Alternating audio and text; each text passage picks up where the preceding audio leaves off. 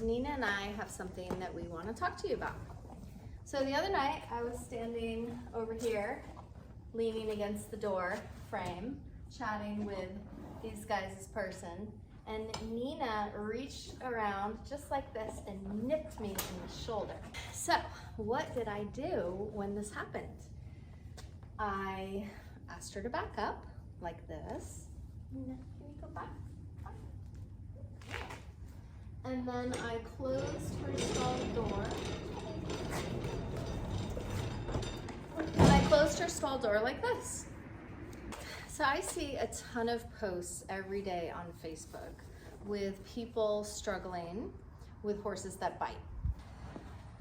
So of course, all of these posts get a lot of comments from really well-meaning people offering advice on how to get the horse to stop biting.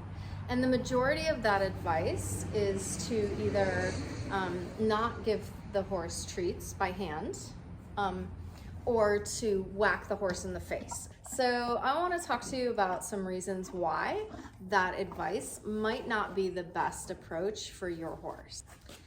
So to begin, let's look at some of the reasons why people offer this advice of whacking your horse in the face when they bite. So one of the reasons why people offer this advice is they believe that you have to show your horse that you're the herd leader, and that somehow hitting them in the face is going to accomplish this goal. So let's just suppose for a moment that there is actually a herd leader, one single horse that rules over the rest of the herd. If you have read anything or seen any videos about horses in the wild, in natural horse herds, I'm pretty sure that you've never ever seen a story about a herd leader that leaves the herd. So-and-so, the leader of this herd, left the herd for an hour or 2 hours or 3 days straight. So I'm pretty sure that if there is actually a herd leader, that they never leave the herd, right? And let's face it, how often are you actually with your horse? Like, how much time do you really spend with your horse? Probably, realistically, maybe a few hours a day, if even that. Some people see their horse maybe a couple times a week.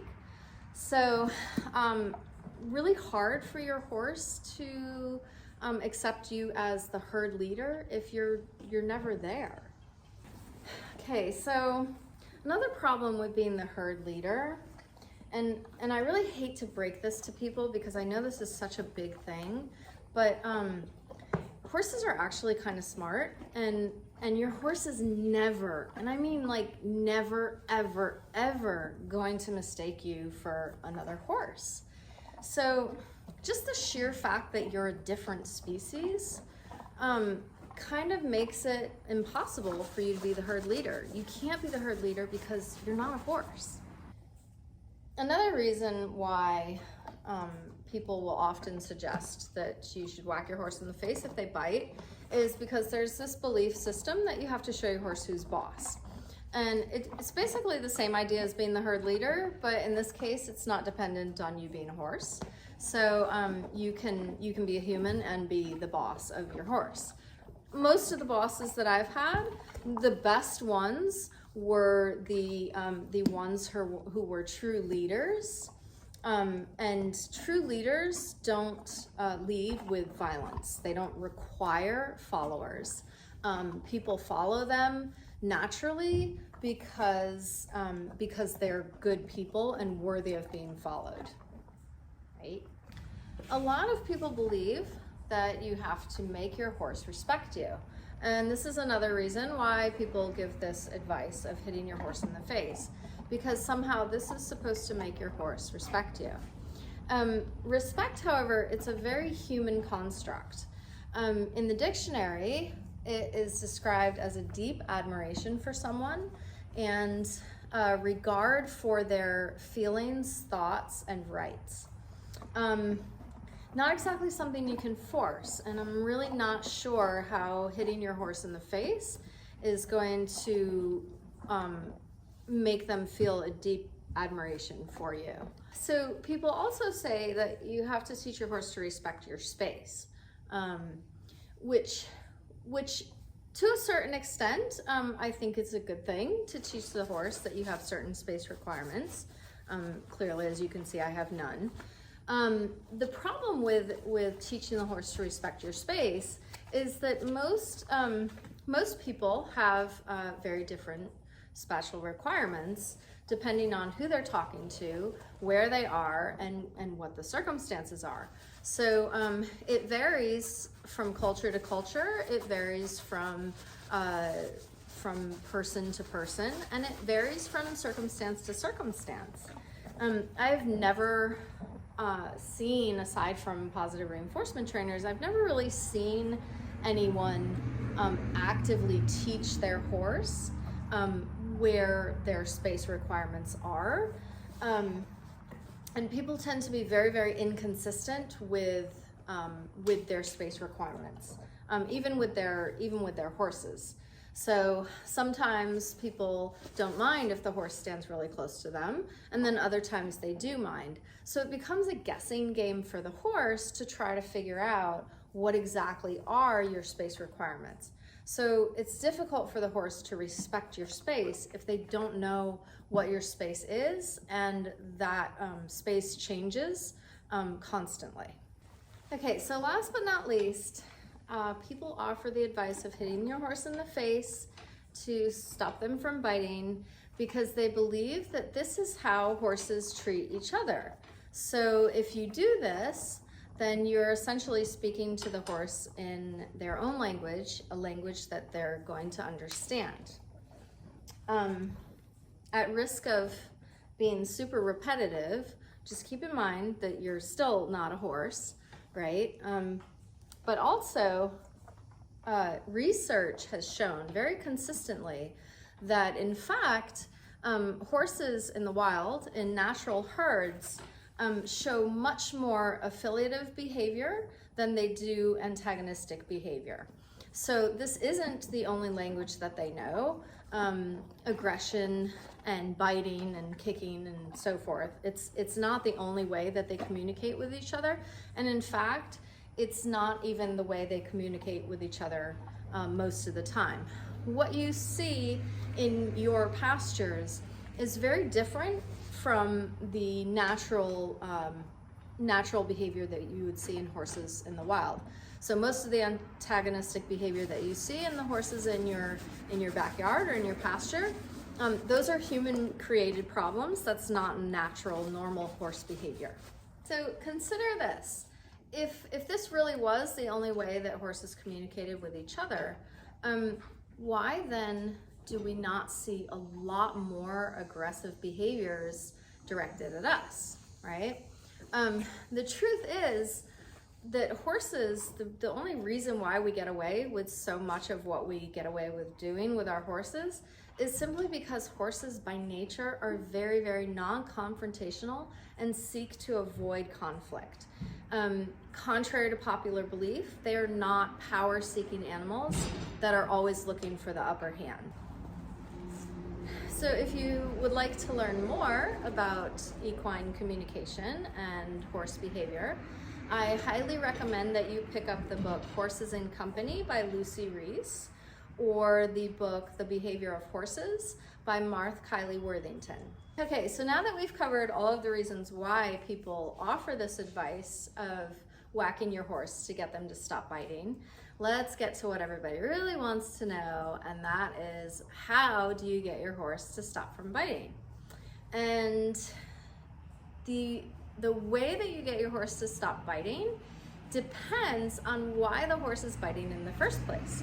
So I think it's worth noting that that all of these comments, all of this advice that people give, doesn't take into consideration the reasons why your horse is biting in the first place. And the reason why may change your approach to how you resolve it. Okay, so one of the reasons why horses bite, and one of the biggest reasons, is out of frustration. So this is probably the number one reason why people recommend not hand feeding horses treats, because the belief is that if you then don't have treats on you, or if you have treats and your horse can't get to them, that they will then bite. And yes, of course, sometimes this does happen, especially with younger horses, But as you can see, Nina has been with me standing here this whole time. And although she's been nuzzling me, and sometimes I've been giving her treats and sometimes not, she hasn't tried to bite me again, in spite of the fact that I did not whack her in the face the other day. So if your horse is biting out of frustration, the best thing for you to do is find out what is causing that frustration and try to eliminate the cause of the frustration. If you can't eliminate the cause of the frustration, perhaps you can alleviate some of the frustration by, let's say, for example, if you're leading a very young horse and they are frustrated with the restraint of being on the lead line, you could do something like let them play with the lead line as you're leading them. Give them a little bit more lead line so that they're not so attached to you and that they can actually move about a little bit. Feed them treats or hay or feed whatever you want that they like as you're walking along to keep them interested in something other than running off to go play. If your horse is frustrated over food, over treats, then you can teach your horse how to relax and behave around food. We do this in protected contact, which means there's a barrier between you and the horse, so that the horse can learn that certain behaviors that they perform will get them the treats and other behaviors won't. And they learn that the treat always comes to them and that they can just wait patiently instead of doing all of this. Now, I purposely have not worked on this with Nina yet, so that I could shoot this video and show you that in spite of Nina's frustration over not getting the cookie in my hand, doesn't necessarily mean that she's going to bite. Some horses bite when they play, or when they're trying to get your attention. And that was the case with Nina the other night. She was trying to get my attention and I was ignoring her. And it's not like she could say, "Hey, Michelle, I wanted to talk to you," or "Hey, Michelle, look over here." She doesn't speak, right? So she did the only thing that she knew to do, which was to nip me in the shoulder, which I promptly went and closed her stall door. So Nina might think twice about biting next time, because the result was just a closed door. She didn't really get anything out of it. That was plenty of punishment for her. She didn't need to be whacked in the face to be told that she couldn't bite. When your horses bite out of play or trying to get your attention, what you can do for those horses is give them something to play with. Make sure that they have enough enrichment, enough activities to keep them from being bored. If it's attention-seeking behavior, consider that maybe your horse needs a little bit more attention and that you should be giving them more attention and doing more stuff with them at other times, and then possibly preventing them from having access to you in the times that you can't give them your full attention. So because of the way we keep our horses, a lot of horses learn to guard their food or their space, and will bite anyone who comes near either of those things. My suggestion for these horses is, if possible, respect their food and space and don't bother them while they're eating. If that's not possible and you do have to be able to walk by their stall or walk into their stall while they're eating or be around them when they're eating, then I highly recommend getting help from a positive reinforcement trainer who can help you to help your horse overcome these resource guarding issues. Last but not least, horses bite when they are in pain, right? When they're discomfort, pain, this can cause a horse to bite. So what do you do if this is your horse and your horse is in pain and discomfort? Well, you find a way to either resolve the pain and discomfort, or you find ways to manage it. So that is it. That is what I wanted to talk to you about, biting horses. I hope this information was helpful.